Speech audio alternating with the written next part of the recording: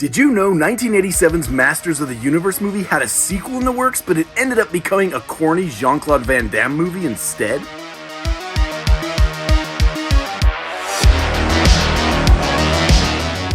He-Man ruled the 1980s, from the popular television cartoon to comic books and of course the vast collection of action figures. But in 1987, as the popularity of the toy line was diminishing, a financially troubled production company, Cannon Films, was making a live-action movie version of Masters of the Universe starring Dolph Lundgren as He-Man. The company was running out of money and was forced to make serious budget cuts during production.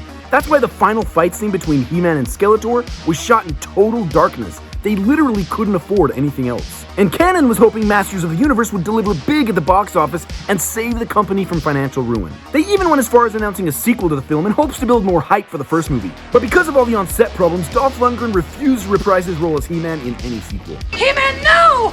Tila, I have no choice. With Lundgren out, Cannon recast He-Man, giving the role to surfer and model Laird Hamilton. They even started building sets and costumes for the upcoming sequel. A script was written and followed He-Man as he returned to Earth, which Skeletor had turned into a post-apocalyptic wasteland.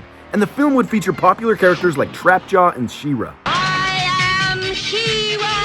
But Cannon was stretched so thin financially they hired Albert Pyun to direct the movie. But he was already working on a Spider-Man movie for Cannon, and his plan was to work on both films at the same time. Eventually, Masters of the Universe hit theaters and completely bombed at the box office. Cannon's gamble backfired, leaving him broke and forced him to pull the plug on the sequel. They couldn't even afford to pay Mattel's license fees. But Cannon had already spent $2 million on the costumes and sets for Spider-Man and Masters of the Universe 2. So instead of wasting all those assets, the director came up with an idea. Pyun wrote a script that would use the costumes and sets from the abandoned movies as part of a dark, post-apocalyptic sci-fi fantasy, and he called that movie Cyborg.